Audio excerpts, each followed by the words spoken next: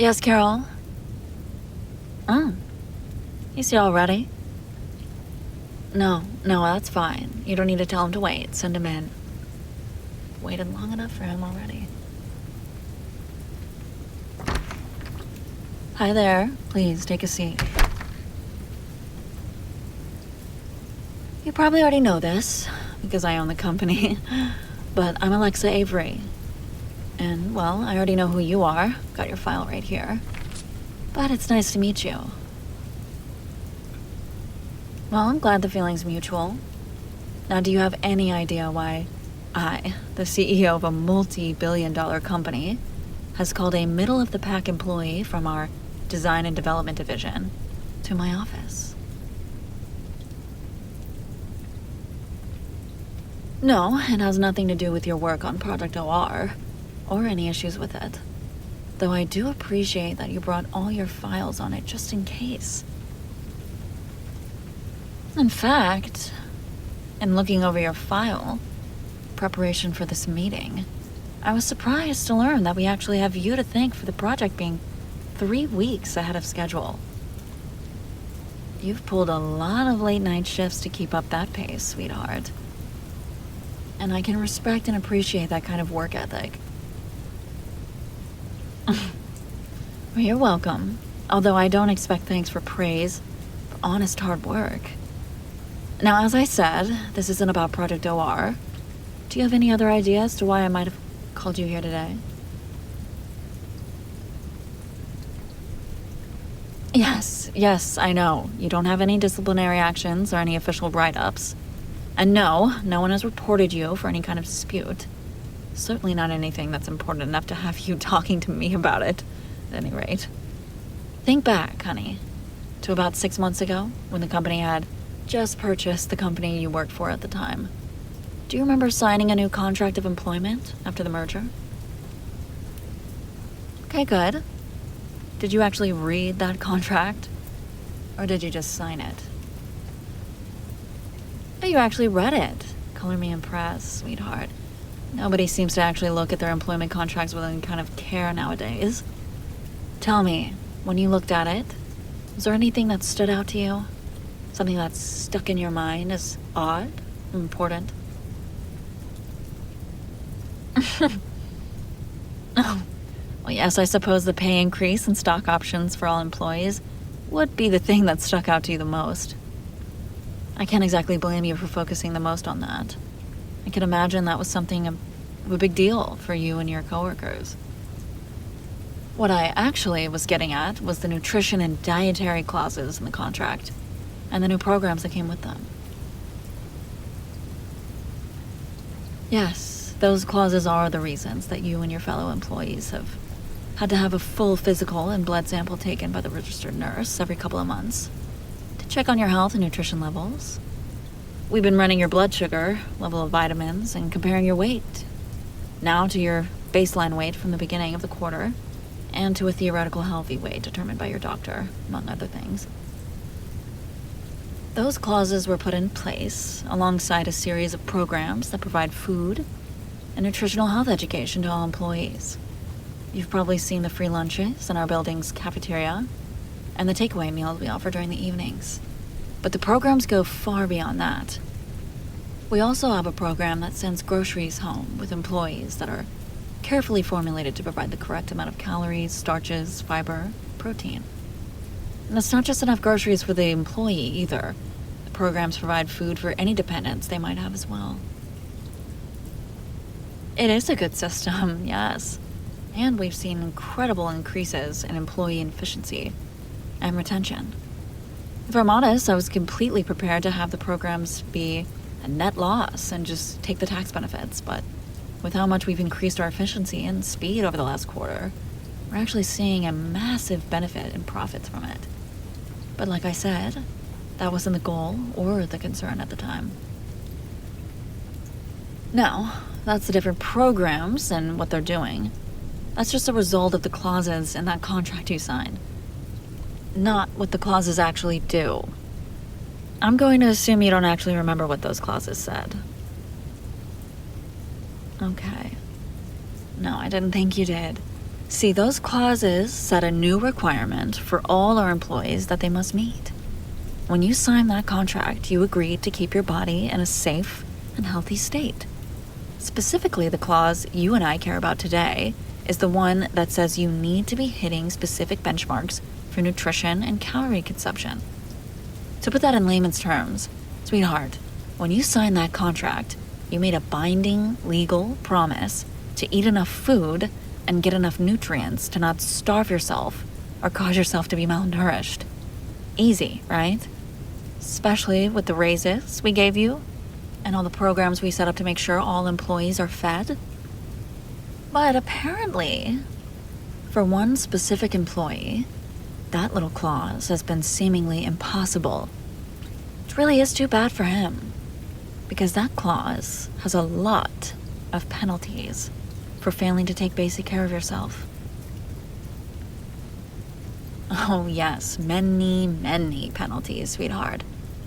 Increased required checkups, loss of stock options, being dropped to the lowest tier healthcare plan, reduction of weekly work hours, loss of vacation days, and even substantial pay cuts. All until your condition improves. And those are just the start for you if your condition doesn't improve. If it all goes on long enough, you can even be fired for it. And I do mean you, sweetheart. You've been failing to hit your dietary and nutritional benchmarks for months. You were given multiple official warnings to fix the problem before disciplinary action became necessary, and you seemingly ignored every single one. I don't even need your files here to tell me that you're starving yourself, honey. Your cheeks are sunken in, and I can count your ribs through your button-up. Honestly, I have no idea how someone in your state is working as many hours as you are, let alone actually staying productive. But I bet you aren't going to be able to keep it up much longer. So, I want you to tell me why on earth, with all the programs we have for you, on top of the very generous raises we've been giving you, how you're still managing to starve yourself.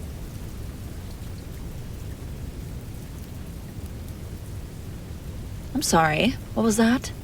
Don't mumble to the woman who controls whether or not your entire department stays employed, honey. Speak up. Uh-huh. Louder. I said louder!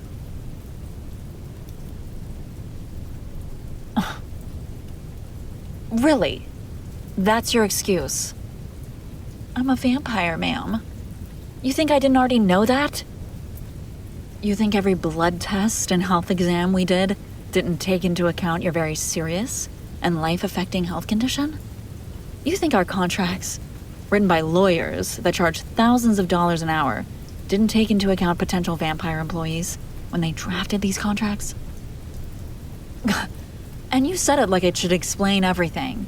Like just because you drink blood instead of eating food, that somehow you're exempt from our very, very simple please don't starve yourself policy? It does not. There are specialty resources set aside for people with your condition, which I know you would have been informed of. We might not be able to directly supply you with fresh deliveries of human blood or keep it on tap in the cafeteria, but there absolutely is a program to match you with an able and willing coworker to be your source, who, by the way, should be more than capable of providing enough blood to keep you healthy and well-fed. But for some reason, you have completely neglected to even attempt to sign up for it. Stop. Stop right now. First off, you don't dare interrupt me again if you want any chance of keeping your job or ever getting any kind of work in this industry again. Understood? I said, is that understood? Good. Secondly, while I appreciate your attempt to explain to me how vampirism works and how the long-term effects it has on someone you regularly drink from, your source, I don't need it. I already know. In fact, I have done extensive research into the effects of long-term feeding, and in general the finer details of your condition in preparation for this meeting. I already know, for instance, that real vampires are not magical parasites like all those old, frankly offensive myths imply. I know it is a rare, contagious condition that causes a form of albinism that takes after how albinism works in plants rather than mammals. that vampires cannot produce their own nutrients and require another human to provide those nutrients to them through their blood. And I know, like albino plants, vampires are not parasites, but symbiotes. And I know that long-term feeding from a single human from your source greatly increases their physical and mental health.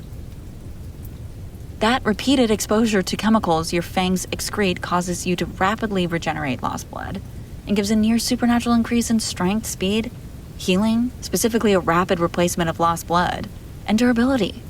The being a vampire's source makes it possible for that vampire to survive by feeding on only you, and can almost make you superhuman.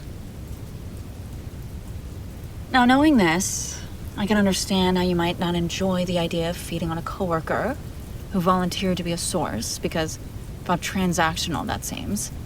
How it might feel like you're being used for that person, for all these benefits, and that no matter what you want, you have to keep providing those or you starve. I certainly wouldn't want to be beholden to anyone in that way either, and I can understand how your pride and morals might chafe after feeding from anyone who just wants to use you and your condition for their own gain. But the correct response to those feelings isn't to starve yourself in protest. No amount of pride or comfort is worth your life and health. Nothing is. Especially when there are other options. Or at least there are for most people. Most people have a family and friends that aren't other vampires who'd be willing to let you feed on them, at least temporarily. Or maybe if they're really lucky, they have a partner or a spouse who'd be happy to help. But you aren't like most people, are you, sweetie? Your parents tossed you to the wolves the moment you contracted your condition, and the few friends you had shunned you nearly as quickly. Even your girlfriend dropped you like you were on fire. And the few friends you've made since then are all other vampires. You've had no one who is able or willing to help you. Do you, sweetheart? How do I know all of that about you, sweetie? I'm a billionaire who founded her own tech company and built it from the ground up. I can find out anything I want to about anyone, using either my money or my information gathering businesses, via every gadget and gizmo we produce. Legal or illegal, I always learn what I want to. And I have enough money and power that no one is ever going to cause me any trouble over it. Now, let me get to the point of all of this. Why I bothered to bring you all the way up here to begin with. You've got two choices you can make today, sweetie. First option, you can continue the way you've been going. Keep starving yourself and slowly dying as you suffer pay cut after pay cut till you lose the only thing you have in your life that's stayed consistent after your infection. The job that we both know you love. In which case, I can only imagine you'll eventually end up either going feral from lack of blood and get arrested trying to feed illegally, or you'll starve to death. Not ideal on either front. Or you take option 2. You make me your source. Feed from me and only me from now on. If you choose this option, you will immediately be promoted to my personal research team with a pay raise, a new vacation day package, and all the other relevant benefits for the position. Which gives me a competent subordinate who I know is willing to work long hours and has a decently sharp mind, and keeps you closer to your food supply so you don't run the risk of ending up back where we are now. And before you immediately start throwing a fit about how you don't want me using you for all the benefits your bite can offer, use your head and actually think about it. I have enough money to hire hundreds, no, more like thousands of vampires who don't have your moral compunctions to feed on me so that I could gain the physical benefits. I don't need to go through all this trouble to coerce and control you into feeding me just to attain a superhuman body. So, you can feed on me guilt-free and stop killing yourself over your principles. Those are your options. You're going to pick one right now, and that will be that. Oh, what if you don't? Then I'll fire you right now instead of in a few months, sweetheart. I won't enjoy it, but I will. It's at-will employment, honey. I can fire you just for about anything if I feel like it. You want me to answer a question before you pick? Okay, I'll bite. Go ahead. Ask. Why I'm even dealing with this? You think it's weird that even if you are breaching the contract, the CEO and owner would bother with someone so low on the totem pole herself? Well, you're right. It is weird. And normally, I honestly wouldn't care enough to handle this on my own. Or even care that much at all, really. But you, when it comes to you, nothing is normal for me. Why? I'll answer that question with this question. Can you tell me what this is? Yes, I know it's a napkin. I'm asking you if you recognize what's drawn on the napkin. Don't get snippy with me just because you're upset that someone finally cares enough to stop you from starving to death.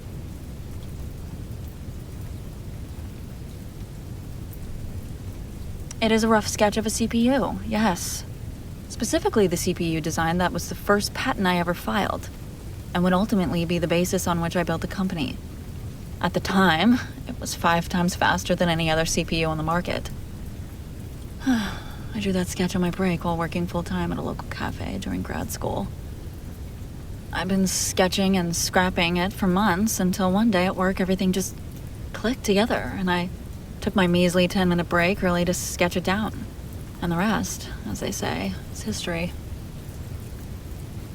Oh, that part in red ink over my black ink looks familiar to you. It should. You drew it after all. I'm not surprised you don't remember, sweetie.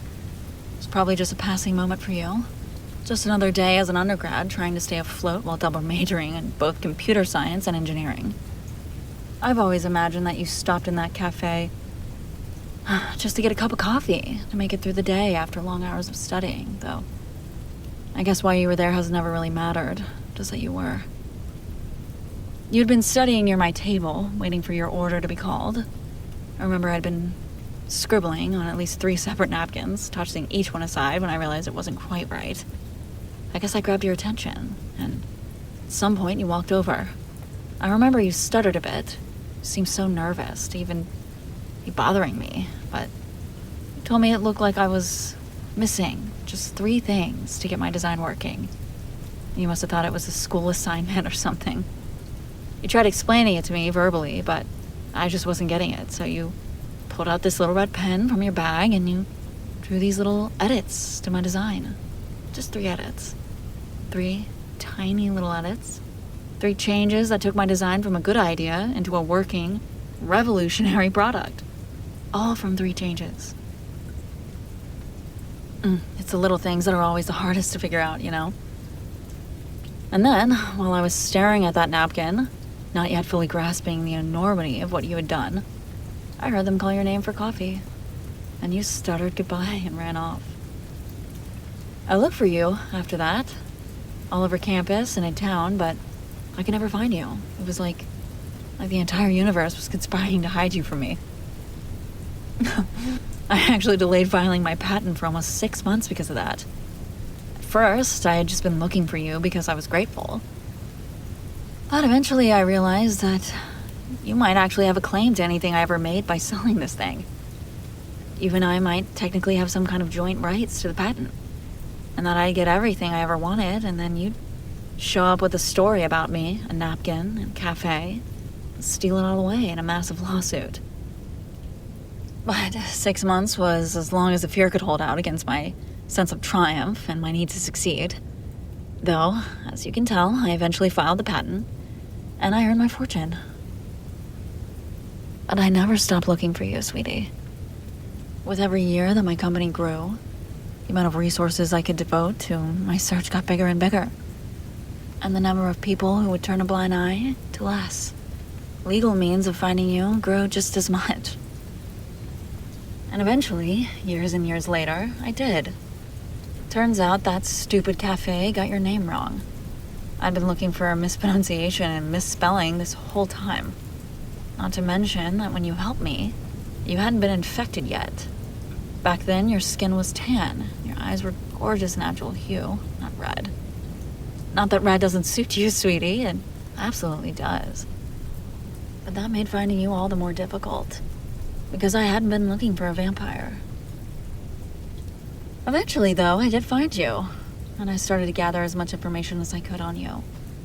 At first, it was so I could figure out the best way to thank you for all you've done for me, while also getting you to relinquish all claims to my patent. As I watched you, though, I realized you'd never try to claim my patent as yours. Watching you at that tiny little tech company you were way too good for, I watched you always give credit, build up everyone around you, before you ever took any for yourself.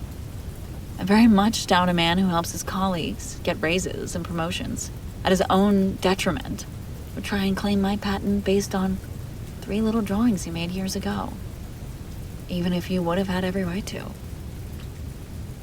Once I was sure I had nothing to worry about as far as the patent went, I was very, very excited to swoop into your life and start to properly thank you for all you've done for me. To tell you what your 3 little additions to that napkin have done in my life. To show you how much change and influence your small act of kindness caused. Only I'd watched you long enough to know you'd never accept it. That if I showed up and tried to thank you properly, reward you for what you've done, you would deny me at every turn. My only solution then was to help you without ever letting you know I helped. So, I bought that little tech company you worked for and gave your whole department a raise. Then I altered all of my employees' contracts to give stock options to people in your pay bracket, which was not nearly as financially stressful in the company as you might think. Then, last but not least, I had my lawyers write up some very special little clauses and help design some very unique little programs to feed all the company's employees. Because I had been watching you starve yourself day after day, week after week, for months. You were barely surviving off animal blood and a little bit of human blood you could afford to buy on the open market. And I could see no other way to get you a steady food source. It's not like I could just arrange for you to naturally meet a source. Not in any way that was guaranteed to work, at least. And I thought, that would be that, you know? I thought I'd done as good as I possibly could while pulling strings from the shadows. And I was ready to call all of that success and move on to other things, content in the knowledge I had saved my savior. But you just wouldn't stop starving yourself. And I had to watch every single day as you entered this building, worked hours longer than any other employee, and went home to a crappy apartment without any real sustenance in its cupboards. You were just a dozen floors below me every single day. And I was just supposed to do nothing? Watch someone I owed the existence of this very company to just waste away under my own watchful eye? No. No, no, no, no, no. I am in your debt. You gave me my life's dream. That's the kind of thing I can never fully repay. That means that from the moment I found you again, you became my responsibility. Mine to care for, mine to worry about, mine to protect from every single danger in this world. Even if and when that danger is yourself. I hope that answers your question about why I'm doing this, sweetheart. And that it helps you make your choice easier. I hope you let me help you, sweetie. I don't want to have to watch you die because you're stubborn. But I'll try to respect whatever decision you make. I understand if you need time to think about all of this. We can be done now, and you can come back next week to tell me what you... Huh? I'm sorry. Say that again? Really? Sweetheart, are you sure? I mean, I was hoping you would let me help you, but I don't want you rushing into this. Oh. Well, all right then. That settles that, I suppose. I'll get the paperwork on your promotion and transfer to my personal team finished ASAP. You should have your new assignment by tomorrow. Right after you sign this contract that actually makes everything we've discussed legally binding, of course.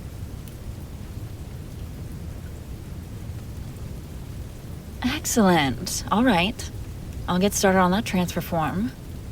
Right after you get your butt over here and actually get some blood in your system, of course. And no arguments. You already signed the contract saying you did exactly that. Just drink slowly and only until it feels uncomfortable, okay? That shouldn't take long. Your body isn't ready to process a regular, full meal yet, right now. We'll have to slowly ease you back up to a full-size portion. For now, I'll settle for knowing you're actually feeding properly at all. And I'll even forgive you for interrupting me again. 'Cause I'm so happy. Now get over here.